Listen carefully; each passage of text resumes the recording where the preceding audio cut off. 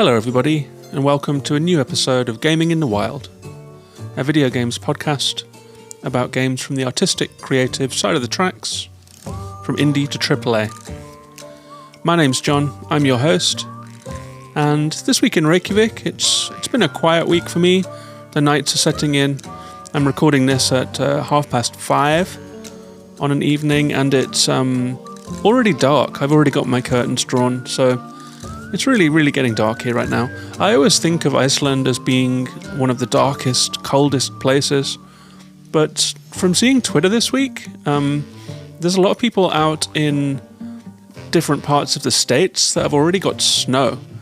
And I forget that like some places in Canada and the north of the United States maybe have it colder than we do here in Iceland actually.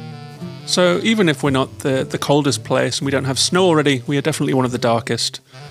And this time of year is a good time to be a gamer. The nights set in early. When it's horrible outside, there's less going on, there's less to worry about missing. And so it's the perfect time to dig into a bunch of games. And that's what I've been doing. So I have a few good games to talk about this week, a couple of not so good games as well. It's been a mixed week in terms of me actually enjoying what I've been playing. But I have a few games to talk about. At the start of the show, I'm going to give some initial impressions of the Entropy Centre, really fun Portal-like game with a time gun. And I'm also going to talk a little bit about God of War Ragnarök. I did review the 2018 game last week, and I have started that sequel. And for the reviews of the show, there's going to be two this week. There's one game that I was looking forward to for quite a while. I've featured it in previews and so forth. That is Somerville by Jumpship, which came out on Game Pass this week. And I'm also going to talk about a game that I've been playing for quite a while and have done a second run on because I got terribly stuck halfway through it. So I did a second run on this game just to see if I could do better. So there's been a month between my two playthroughs, and I arrived at a somewhat similar conclusion the second time around. And that game is Foretales, an interesting narrative forward card game where you use cards in unusual ways as well as in the traditional card battling way. But there was actually some news this week that I thought it might be interesting to touch on at the start of the show. If you're a member of the show's Discord, then you will know that I am someone that likes list making, that likes rating things, and that likes Game of the Year season. I love to rate things against each other. I don't know why exactly. I've always enjoyed doing this. I think I remember making lists of my top 5 favourite things even as a kid.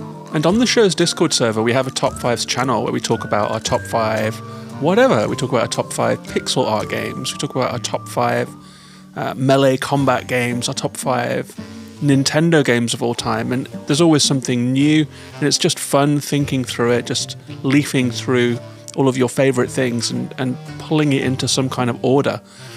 So I really like awards season as well. Even if a lot of times my favourite games aren't represented fully there.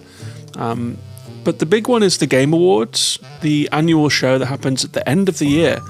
Awards nominations close pretty early for this game, so some games that come out in like November and December are a little bit too late for the Game Awards, but it is the first awards show of each year, and that's because it happens so soon. And I do think that that's smart because it gets to lead the conversation about what the games of the year are, and it is doing that right now. The nominations are voted on by a whole bunch of media sources. I'm just browsing now who the jury consists of, and there are 20 or so from the US, including things like What's Good Games, Vice.com, Polygon, Kinda Funny, IGN, all of that kind of stuff, Games Radar, etc. Easy Allies is in there, which is nice to see. In the UK, there are a handful, such as The Guardian, Edge, Eurogamer, NME. And then globally, there tend to be like 1 to 3 in lots of different countries. Like there's one in, like I'm just leafing through now, 1 in Croatia, 4 in Germany, etc. So it has like over 100 different people voting for it. So I can see why it's a big calendar event for gaming, and I can see why it kicks off the awards season. And it's always interesting to see what they come up with. I tend to find that there is like a hegemony in the voting where everyone gravitates to just a couple of games and it's all quite predictable. But there is also usually a couple of curveballs and usually a couple of my favorite indie titles make it into them in some way, shape or form. And that has happened again. So best game of the year, the game of the year category is, it has A Plague Tale Requiem, which is very, very present in this year's Game Awards. I've only played an hour of that one or so, and I wasn't that into it, so I kind of skipped it and bounced on it. But Elden Ring and God of War Ragnarök are there as well. Horizon Forbidden West, I'm really happy to see, of course. Stray made an appearance, which I'm really happy about. It's lovely to see an indie game punch through into Game of the Year. And then Xenoblade Chronicles 3, which I haven't played. But there has been a little bit of pushback about Stray. I've seen a lot of people on Twitter saying that they were surprised to see it there. And I can get that, but it is, I mean, of this list, only Horizon and Stray are in my kind of working top 10 for the year. So I'm really happy to see Stray there, actually. It's nice to see an indie game punch through and do well and to get into the Game of the Year awards. I was very surprised to not see Immortality there. After all the 10 out of 10s that it got, and having played it myself, it's really a game changer and should be in the Game of the Year conversation. But that's the thing with these votes, right? If there are 100 different institutions, media sources, influencers, etc., voting on this, then maybe it comes down to, in a way, like what they chose to play. And I think that Immortality, for all of its brilliance, a lot of people bounced on it. Like, I've talked to people and recommended it to a lot of people, and they have said, like, I'm put off by the video thing. I don't want to sit and watch video when I'm playing a game. I want to control, I want to control Aloy, or I want to be killing things in Elden Ring. And so just the format of Immortality is perhaps a handicap that has stopped it from being literally played by enough journalists to be voted into the Game of the Year category here. It does seem like a bit of an oversight. And I do wonder about the editorial control that Jeff Keighley takes over these categories. Like, we are told that there are 100 sources voting on them, but we are not told if it is like pure democracy, if you know what I mean, if the votes are counted and that's what happens. I would predict that he probably uses these votes as a guide to popularity and does exercise some editorial control over the categories. As a business, and the Game Awards is a business for sure, it's not just like a humanitarian event or a cultural event. They sell a huge amount of ads and so forth. And so having Nintendo in the Game of the Year category, for example, is something that seems to make business sense. And people that have played Xenoblade Chronicles 3 love it, but I was surprised to see it there. Like, if you think about the games that people really played this year, have the majority of critics played Xenoblade Chronicles? I'm not sure. But there it is. So I have some thoughts about how these categories are chosen, and I would love to know more about it. I would love to know if it is purely democratic in the way that it seems to suggest that it is. But that's not the only category that's interesting. Best Game Direction, Immortality does get a nomination there. So does Stray. And then the big three, which I guess is Elden Ring, Ragnarök, and Horizon. Immortality also gets a nod in Best Narrative. Elden Ring there too, which is a bit of a surprise to me, seeing as the story barely exists in that game and is pretty questionably delivered, in my opinion. Then there is the Games for Impact category, which is a strange name, but games that seem to aim for emotional or social subjects get kind of shoehorned in here. And it's an interesting one this year. They've gone for A Memoir Blue, the Annapurna game that I gave a bad review to on this show earlier in the year, As Dusk Falls, which I have not played, and I'm surprised to see it here. I thought that was like a choice-based thriller of some kind. Endling Extinction is Forever, a game that I haven't even heard of. Hindsight, another game that I gave a bad review earlier in the year. I Was a Teenage Exocolonist, a game that is on my playlist by Northway Games and Finji. I'm hoping to play that one soon, actually. And then Citizen Sleeper gets a nomination here, which I was really happy to see. Such a good game, definitely on my Games of the Year long list.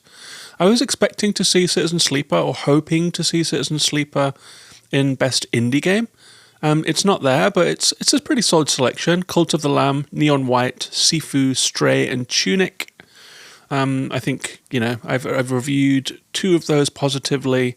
I've reviewed 2 of those negatively, and Sifu I have chosen not to play, but that's an interesting selection. And then Best Debut Indie. Neon White gets an award, which is bizarre. Everyone knows that Ben Esposito made Donut County. It's mentioned every time he is. I guess New Studio was the guiding principle here. Norco also gets a nomination, a game that I was very happy to see present at the Game Awards. Such a good game. Really happy to see Citizen Sleeper and Norco here, even if they get 1 nomination each. Vampire Survivor is also an interesting presence in Best Debut Indie. That's on Game Pass now, but for some reason it won't download on my Xbox. I get an error message every time I try. Don't know if it's not available in my territory or if it's streaming only or something, but it's not downloading to my Xbox even after restarting it and stuff. But I do hope to play Vampire Survivors before the end of the year.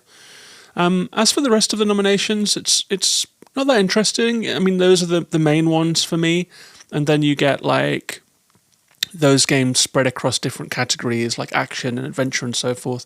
I would say that in the Best Family category, I was really sad not to see Tinykin. It's got Kirby and the Forgotten Land, Lego Star Wars, Mario and Rabbids, Switch Sports, and Splatoon. I guess it's the Nintendo category, but it would have been really nice to see Tinykin in there. I think that's a really good fit there, and that's one of the only things that's like a big oversight for me, is that Tinykin is not present anywhere here. I think that Tinykin will be a bit of a surprise come Game of the Year time. A lot of people really, really like that game. I think it's much better than Kirby, for example. It's a better Nintendo game than Nintendo have made this year. Tinykin really is spectacular. I have a whole episode about it in the back catalogue. Do go and play it. If you have not already, it's on Game Pass and elsewhere. But that's the Game Awards. It's an interesting selection. Some things I was really happy about. Really happy to see Stray doing very well here. Really happy to see Citizen Sleeper and Norco getting nods even if they don't end up winning. So it's an interesting selection. And the awards themselves happen, I believe, on December the 8th. Although the time does mean that they begin at midnight in GMT, which is where I am. So it's a bit of a late night exercise if I decide to stay up and watch it this year. I did stay up and watch it last year, and I kind of regretted it. I was really tired the next day, and I didn't feel like it was worth it. It's an awful lot of trailers in the Game Awards. It gets a bit tiresome, and they really sped through the awards. I hope they give more time to the people that win awards this year and to the awards themselves. But let's see. Anyway, let's move on to games. So the first game that I played this week is a game called the Entropy Centre, which I'm playing on PS5. This is a really, really interesting one. It's really fun. If you like Portal-like games, for example, The Witness, Manifold Garden, Talos Principle, Superliminal, that kind of thing, the Entropy Centre is a new entry in that genre, and that always makes me sit up and pay attention. I love a first-person puzzle game. It's a comfort food genre for me, and the Entropy Centre, in my 2 hours that I've played of it so far, I think I'm probably a third of the way through the game or something like that, has been really good so far. And that's because the central control mechanism of this one is fun. Like in Portal, shooting portals to solve puzzles is fun. It leads to a lot of interesting experiments where you can, you really have to work through these puzzles using the mechanics at hand and learning them to use them in new ways, like in Superliminal, being able to change the size of objects using perspective trickery was just so fun in itself that seeing all of the different ways that it was employed in puzzles was great. Same with being able to change gravity, the direction of gravity in Manifold Garden. So the quirk of the Entropy Centre is that the central mechanic is a time gun that you can use to reverse time.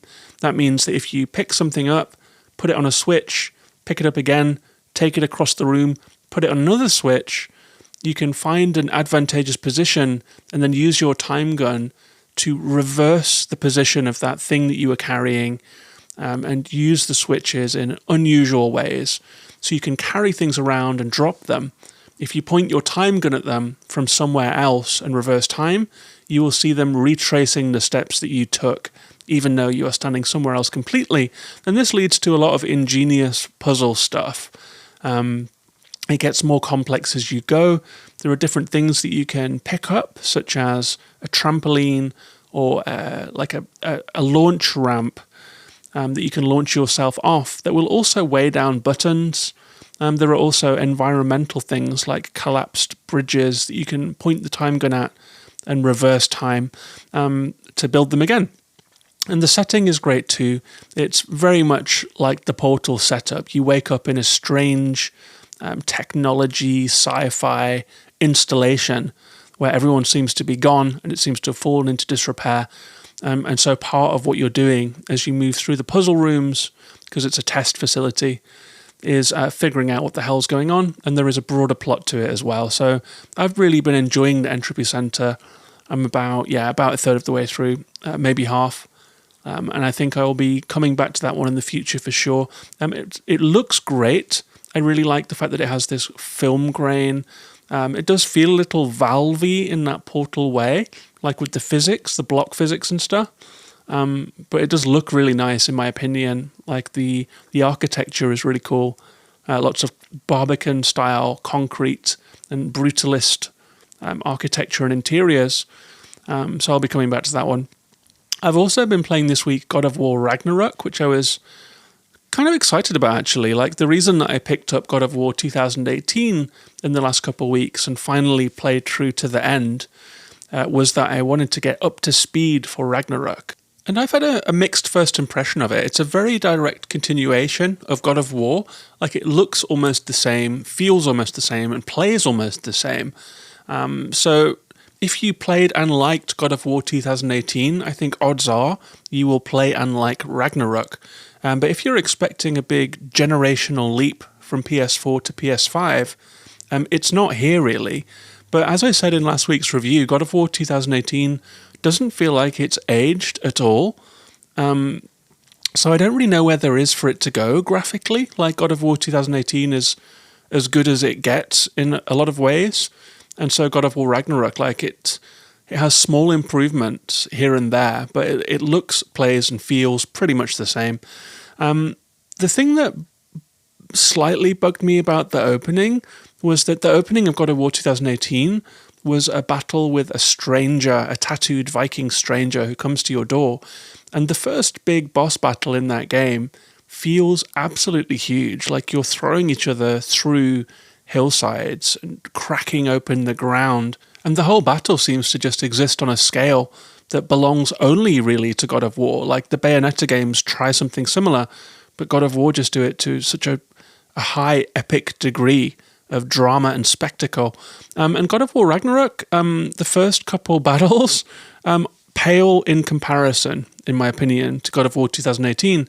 And I was very surprised by that because I'd read some reviews that said, buckle up for the first 3 hours, treat it like you would treat like a big movie, like an X-Men movie or something, just get ready because this is going to be the time of your life kind of thing. And I was ready for the roller coaster to begin. And it seemed like a bit of a misfire to me. Like there were a couple of bosses. One of them is a very fleeting encounter, like a small field boss, if you like the ogre in God of War 2018.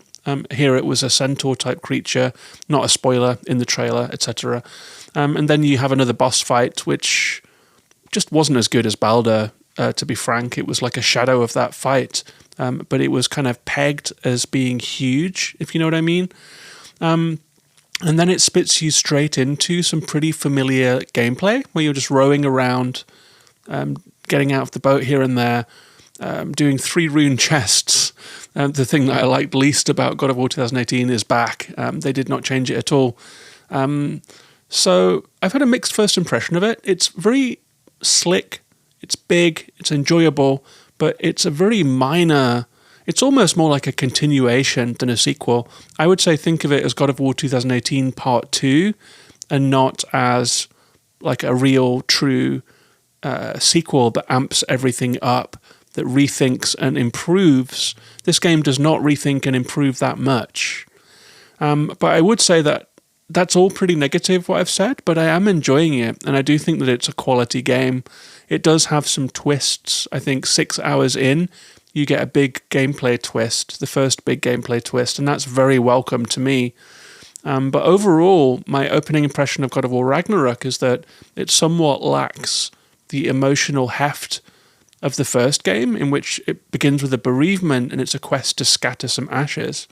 This game seems to be just gods slugging it out and whatever as the story. But, people have said that it really progresses and that it has the amazing moments that we want from a God of War game. So I will keep playing it. I'll probably come back to the podcast and eat my words later. And if I do, I will be very happy to do so because I want this game to be good. And that's all for the intro section. I'm going to move on to 2 reviews now, Somerville and Foretales. Before I do so, let me mention briefly that this is a Patreon-supported show. There is a wonderful community of patrons who support this show, and we all hang out on Discord. There's currently a lot of game chat. There's currently a lot of chat about Twitter and Elon Musk driving it into the ground. There's currently a little bit of pre-World Cup excitement. So there are game channels. People are playing all kinds of games all the time. A lot of chat about Pentiment currently. Some people playing God of War Ragnarök, and some off-topic channels as well. And you're welcome to come and join us at patreon.com/gaminginthewild. For as little as $1 a month, you can become a supporter of the podcast and join the community. You also get a whole bunch of bonus episodes of me talking about music and video game music, off-topic subjects, travel, that sort of thing. So it's patreon.com/gaminginthewild if you are interested in that. Thanks very much to my existing patrons, and thanks to you if that's something that you would consider doing. And with that said, let's move on to the first review of this episode, Somerville.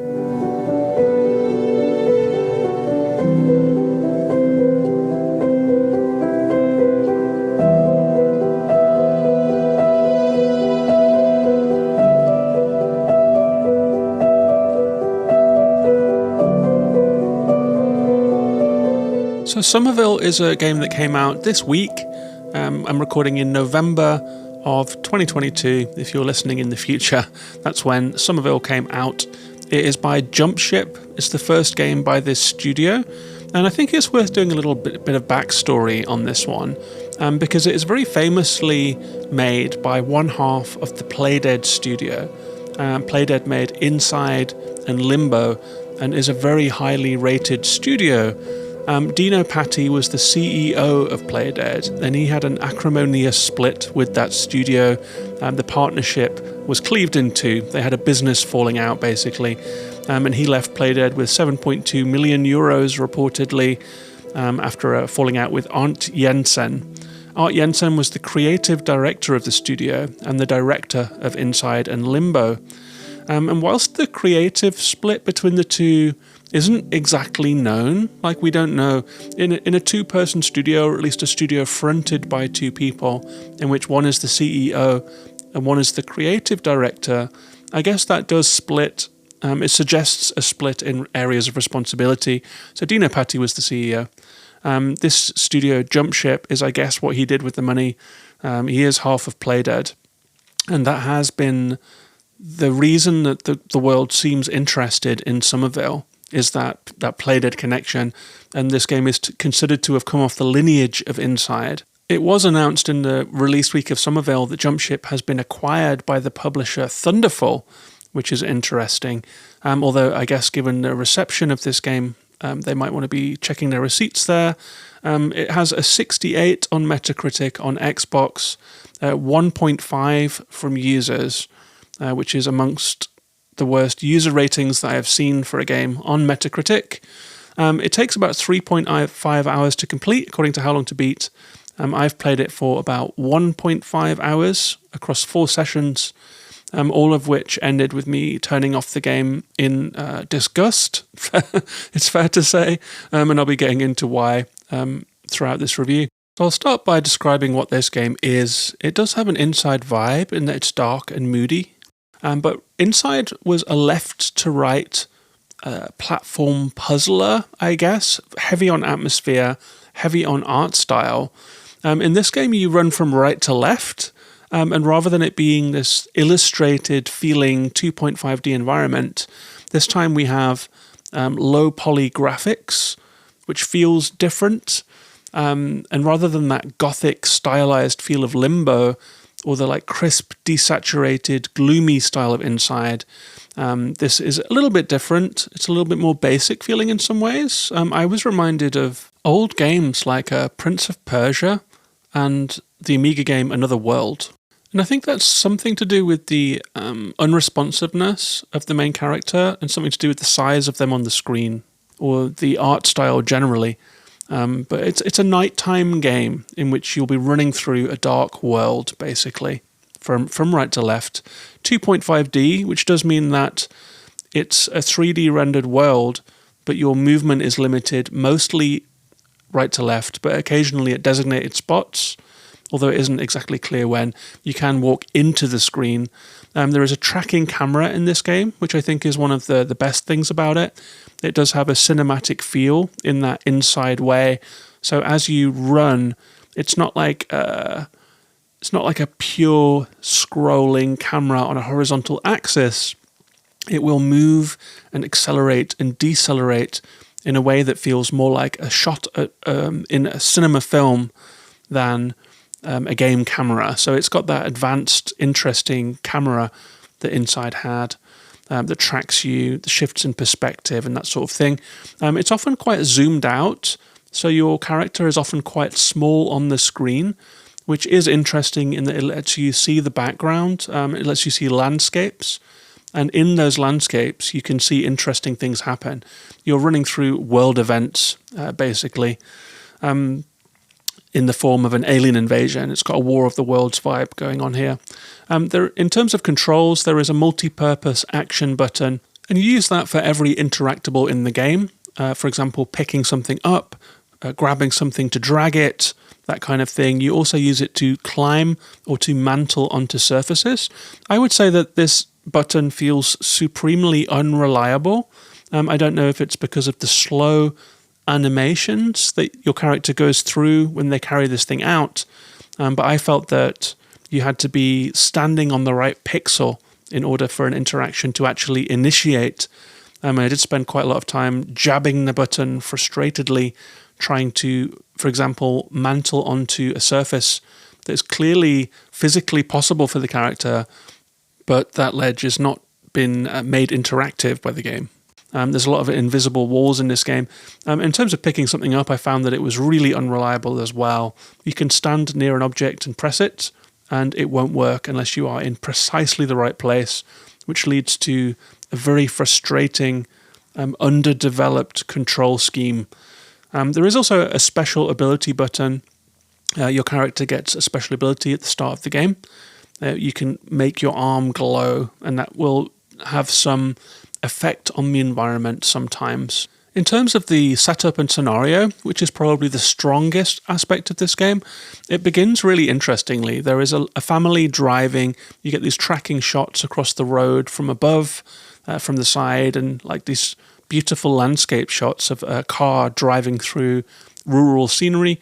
They arrive home, they get out of the car. It's a sweet homecoming scene with a dog barking, a couple and their toddler.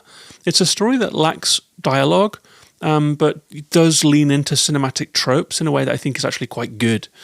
So you do get marginally invested in this family's situation and safety, I would say. They go into the house, they fall asleep in front of the TV, and then you get control, interestingly, of the toddler rather than the protagonist of the game, which is the husband of the family. And so you're controlling this little kid in a dark house. You can hop off the sofa and do this like funny little toddler walk around. Pretty slow. It's interesting to see, interesting to play. Like I smiled when I realized I was controlling a toddler, but controlling the toddler is pretty miserable. Like the walking is weird. It's not very responsive. And so I got initial alarm bells right off the bat. I was like, I see what they are trying to do here, but this feels bad. And I think if I was to condense my entire feelings about this game into one sentence, I see what they're trying to do here, but this feels bad, is probably it. Because as you're controlling this baby, like I didn't know exactly what to do. I ran around the house quite slowly and cumbersomely several times. And there are interactables that weren't clear to me. And when I did interact with things, I wasn't sure what I should be doing with them. And so the whole thing was instantly pretty slow, pretty frustrating, and a little unreliable in the controls. But the prelude ends when the baby opens a window, and you see outside that there are red lights in the distance, there are strange sounds floating through the night air, and something bad is going on outside. What follows is a pretty cool alien invasion scene. There are pillars coming down from the sky. In the Independence Day style, some events occur. The husband gets stuck under rafters, and that's the prelude.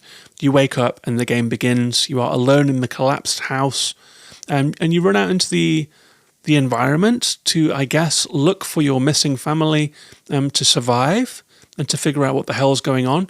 And you start running through the forest, basically, down your driveway and into the forest with this great tracking camera. And what you notice is that there are pillars hanging in the air. There are strange, robotic-looking creatures stalking the forest with red spotlights. There are red spotlights coming down from the sky occasionally that you have to run away from. And you set out on a journey. I really liked it. It's creepy and interesting. The atmosphere is good. And then you run into your first couple of puzzles. I think something that you are taught pretty much straight away is that light dispels this strange, rippling alien matter that looks like, you know, those things that have pins on them and you push your hand into them and you get an impression of your hand. It's like one of those, except rippling. So it's this strange alien matter that blocks your way. If you shine lights onto it, it dispels. And the first puzzle that I came to in the game after I got out of the house was a crashed fighter plane. And you're supposed to use a street light using a switch to dispel the alien matter and move forward. I got stuck. I couldn't figure out that whenever you use the switch to turn the light on, something collapses on you. But it's a street light. I thought, I can't move it. It's pointing wherever it's pointing. I'm just a little guy. I can't just rip this thing up. Turns out that you do have to basically move it. There is no button prompt for that. You have not done anything like that so far in the game. And so it's a frustrating failure to give me the information that I needed to solve this intensely simple puzzle. This is a recurring theme.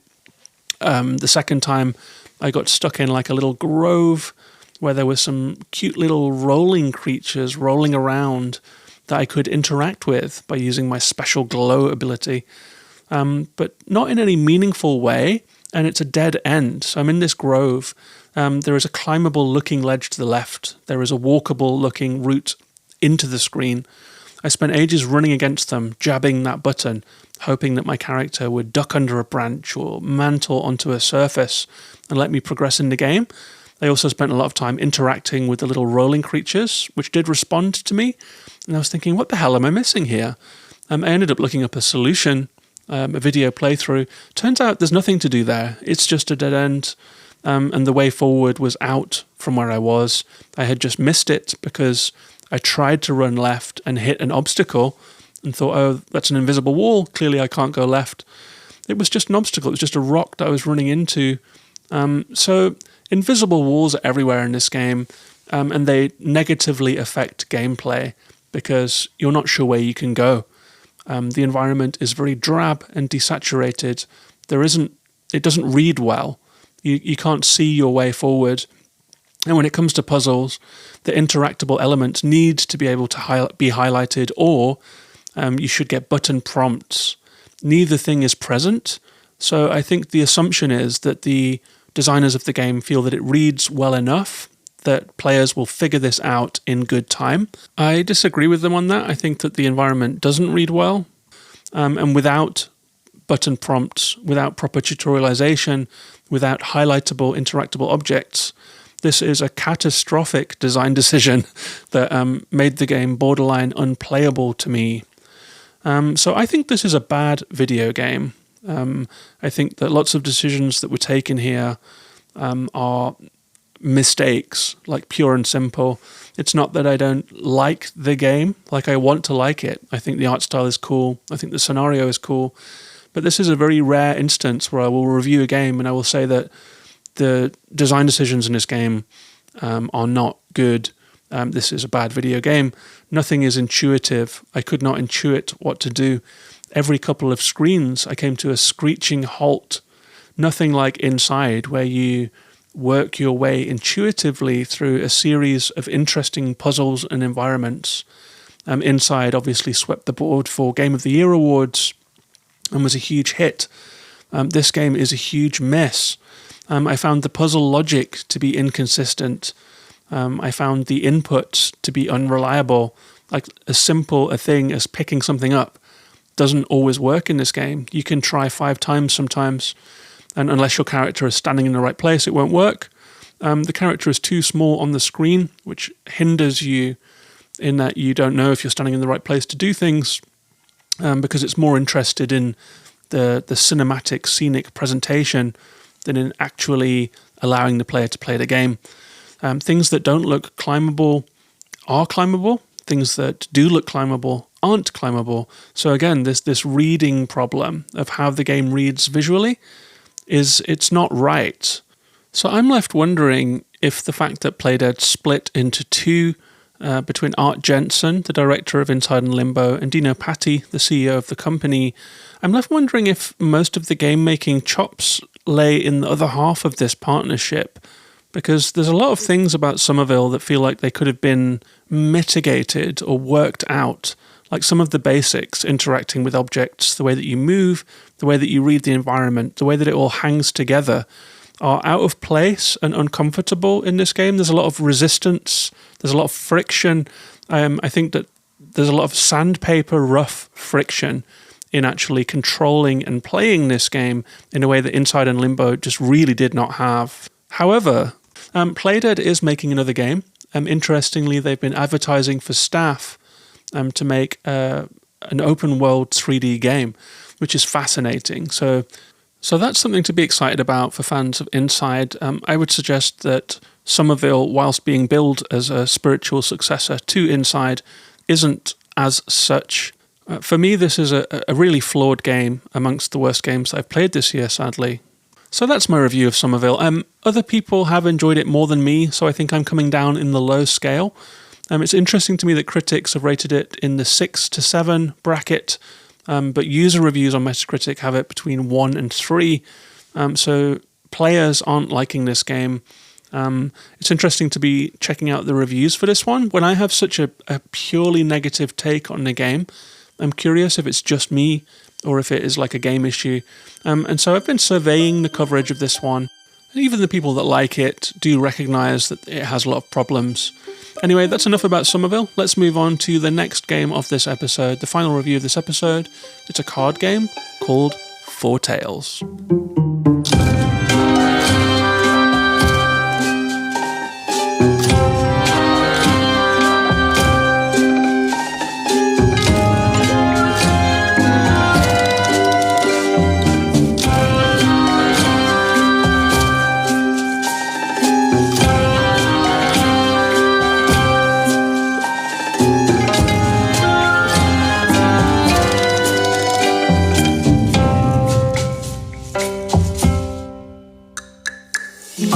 So Foretales is a 2022 game by Alchemy.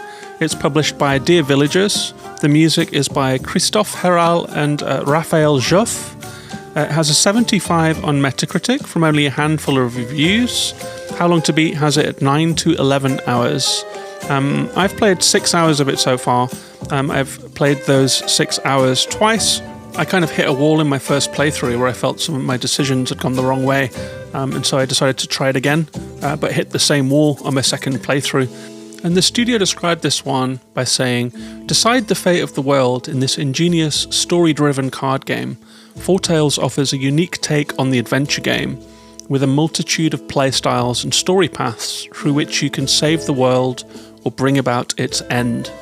And I described this one by saying it's a well-presented, narrative-driven card game in a medieval fantasy world in which your deck is used for decision-making as well as combat, a system that is in turns imaginative and obtuse.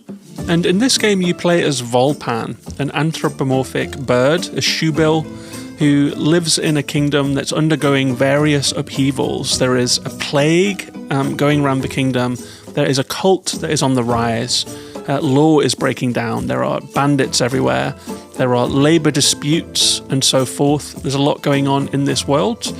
And at the start of the game, Volpan is hired to try and steal a lyre, like a stringed instrument.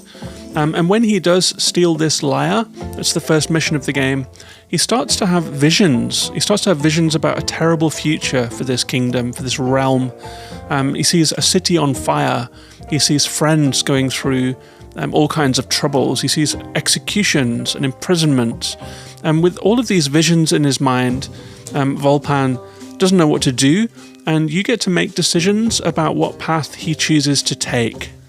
And so the name Foretales is interesting in that Volpan is having premonitions about the fate of the realm, and armed with that foreknowledge, Volpan can choose where to go, what to do, what situations to try and intervene in, or whether to intervene at all, and the world will change based on those decisions. And I really like that premise. So it's a branching paths game in which your choices are meaningful. You will be presented with choices. Where do I go? What do I do?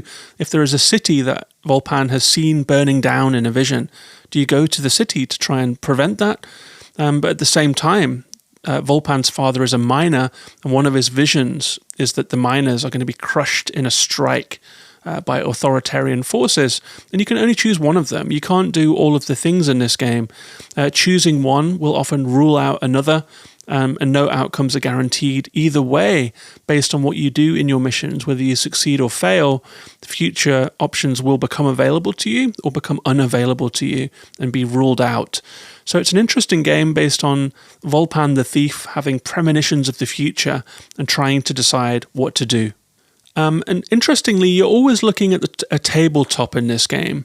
You have a deck of cards on the left, you have scenario cards that are dealt opposite to you, and they might be a street or a character to interact with. And you play your cards into various scenarios, whether it's an empty street, whether it's a person, whether it's a judge in a court or a mysterious doorway.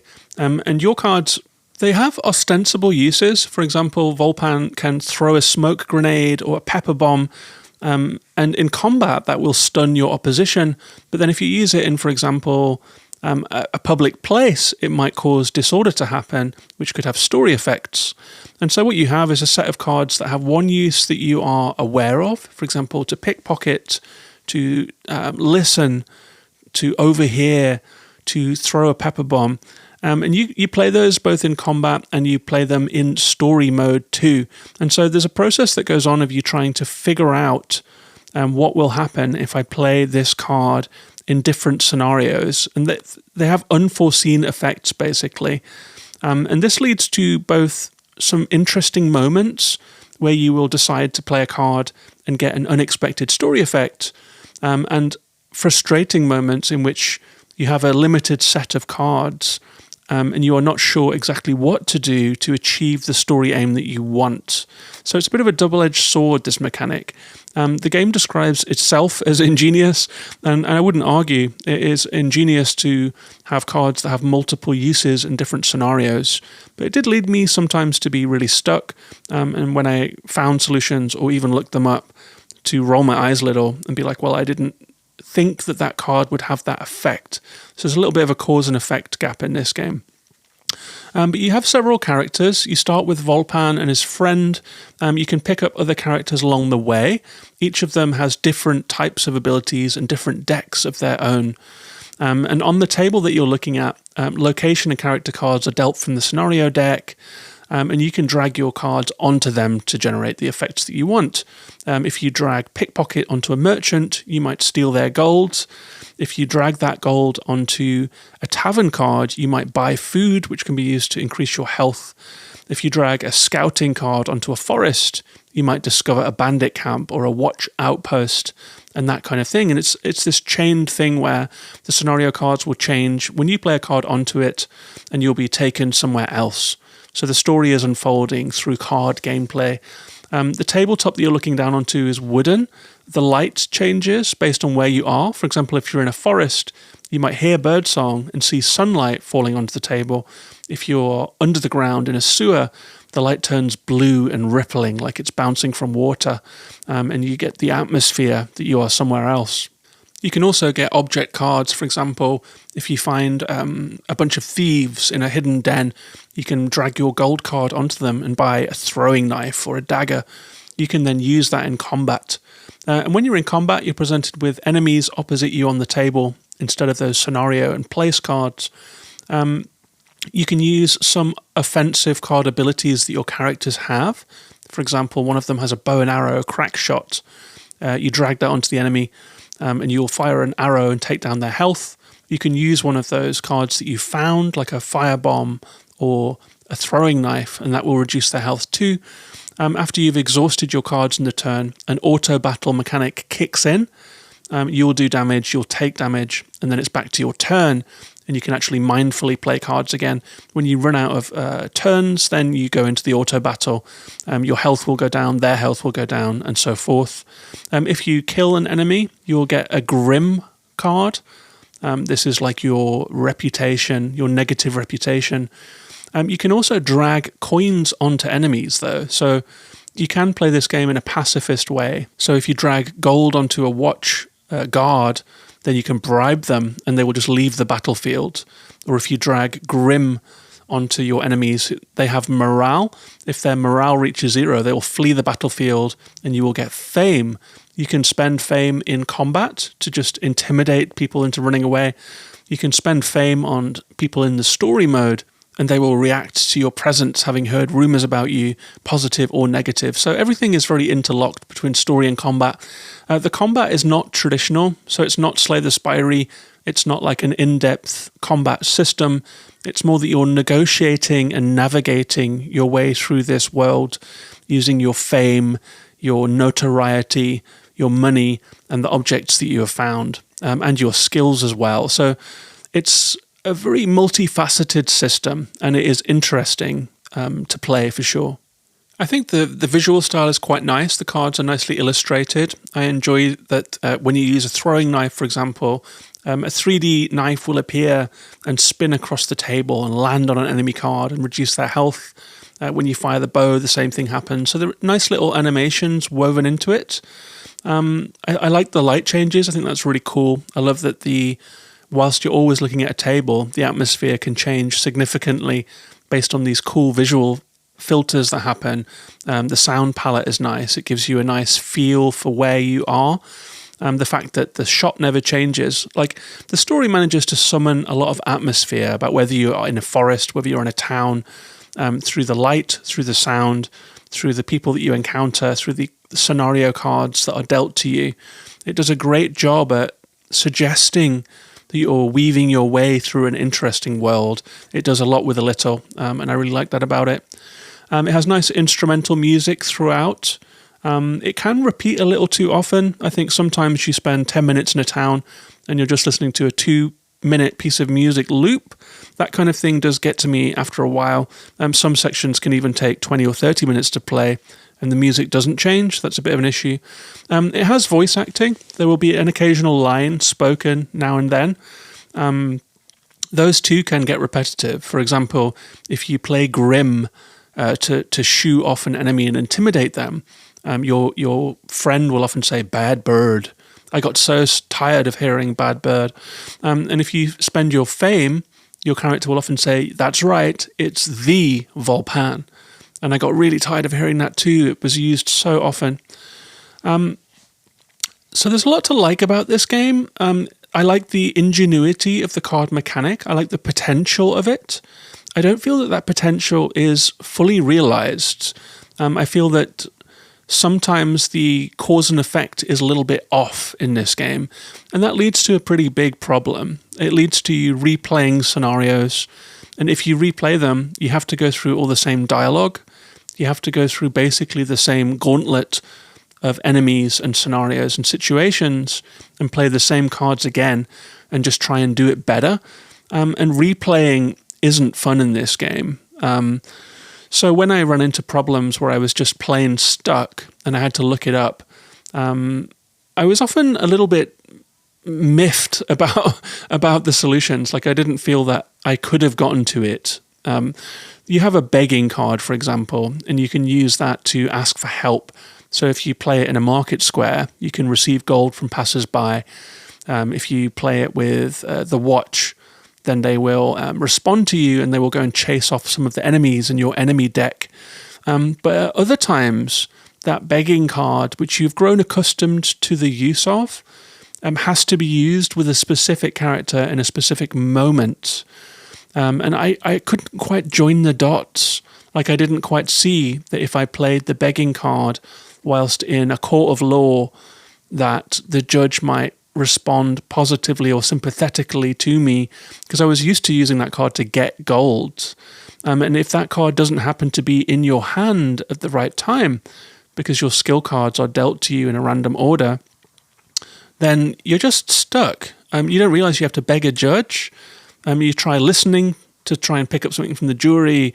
You can even try the pepper bomb to bring the court into disarray, which will have a negative outcome and loads of combat. If you don't happen to have the right card and to join those dots at the right time, then you're frozen out of the puzzle, and you're probably going to have to play that again, and you might never arrive at that right conclusion. So I found this to be quite infuriating. It started to feel a little like point and clicky, like the negative side of point and clicks, where you don't know that you're supposed to use the banana on the cat to make it jump onto the roof to make the roof fall down or whatever. It started to feel like the worst excesses of the point and click genre, where the logic of the puzzle is perhaps disconnected to what the game has taught you about the use of your own cards. This can be pretty confusing, pretty frustrating. I've ended up walking circles of levels, trying out cards on different situations, not because I think it's going to work, but just because I have to try something. And also, if you spend all of your cards, you can rest to replenish your deck. They don't just go back into your deck, so you can't just play indefinitely. After a while, you'll run out of refreshers, and your characters will just be too tired to continue. And so I lost the patience with this game a little bit because of that. I must have played, I would say, 10 hours or so of this game. My first playthrough, I came to a scenario where I felt that it was impossible for me to continue, despite starting it several times, like I hadn't gathered the right characters with me. Choices that you make will mean that people join or leave your party, and you can choose party members to join you in any given chapter. And I had lost some of my tribe. Like, I had 4 characters to choose from at one point. One of them left. One of them seemed a little useless, and I felt that the characters that I had as party members weren't the characters that I needed to get through this scenario. And so I've actually quit playing this game twice now, which is really sad, because when it's going well, it feels great. But when it's going badly, it can just be impenetrable and obtuse. So this is another game that I enjoyed on some levels, but I was bummed out by on others. To run through the positives and negatives of this one. The visual presentation is lovely. I love the deck. I love the light on the card table. I love the effects when you throw things and use your abilities. I like the nicely drawn cards. And if you throw a smoke bomb, then you'll see smoke in the game, which is really fun. It's really fun to have these physical outcomes from playing your cards. It's really great to look at. The sound palette is nice too. The music is good, although it loops a little too often. The voice acting is good, although both get repetitive. The story through cards mechanic isn't something that I've quite seen before. Like things like Griftlands and Signs of the Sojourner use cards for story effects, but I hadn't quite seen the deck being used in this way, where you can argue your way out of combat, or you can trip into it, where you can use combat cards in the story to trigger events that are interesting. But the logic of the deck seems off to me.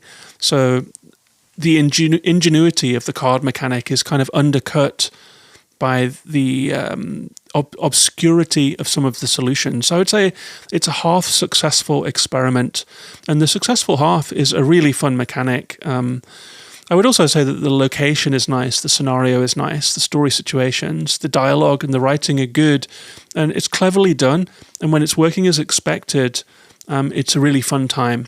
On the downside, the logic is sometimes off. The controls on Switch are weird, like it doesn't quite feel good on a controller, but then you can use the touchscreen. I played it mostly using the touchscreen, but the touchscreen controls are a little unreliable. If you're dragging a card from a deck to a person, if you're dragging like a healing potion to someone that is on the right-hand side of your party, it doesn't work. You'll end up carrying gold. So the cards jump around a little with the touch controls, which is really unfortunate because this does seem like a good touchscreen game. On controllers, it's a little more cumbersome. So maybe the way to play this game is actually using a mouse. But the biggest downer of all is just that I couldn't finish the game. I played to the halfway point twice. I got to a level where you have to find a specific sewer grate.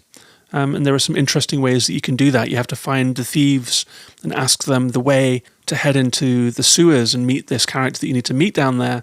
And then in the sewers, you have to battle your way through a bunch of monsters, find torches that you can use to light dark passageways, and then fight a big bad down in the sewer. Then when you come out of the sewer, there's more to do still. And I was just running out of cards. So I don't know if I was missing something in the way that I was playing, but several times I tried everything I could think of. I tried to gather enough gold, gather enough food, have my characters be strong with throwing knives and with things to use in combat. But I just couldn't get through it a bunch of times. Like everything I tried seemed to fail. And so the game wasn't helping me at all at this point, and I really felt just stuck. And as I said, it's not fun to replay levels because you hear the same dialogue. You can't click through it even. You just have to sit through the dialogue. So there are some big problems in this game. I like the things it does well. I'm sad about the things that it doesn't. I don't think I will get to the end of it. But I would be really curious to hear from people that did do well with Foretales. I would love to hear if others gelled better with the actions they were expected to take. If the sense of ingenuity in using a card to achieve an unexpected effect was something that worked really well, but sometimes I just wasn't on the same wavelength as the game. And I guess that's what this one comes down to. If you find your wavelength with Foretales, you could have a really good time.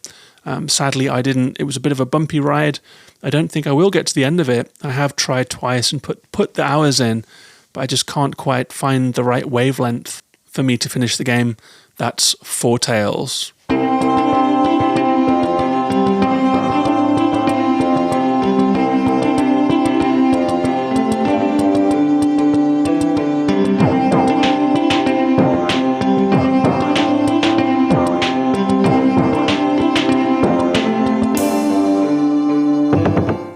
So that's my episode. I just played a couple games this week and didn't really like them. Unfortunately, if you're a solo podcaster like me, you kind of have to just talk about what you played from week to week, I don't plan ahead intensely. I tend to just talk about what I'm playing. Usually that means that I try and choose games that there's a high percentage chance that I'm gonna like, and that's by listening to reviews, by reading about games that are coming out, by following developers that I know make good games. And I really felt like Somerville and Foretales might be a couple of hits for me. A hand-illustrated, story-led, narrative card game. They got fairly decent reviews, and something from one of the creators of Inside. Felt like really safe bets.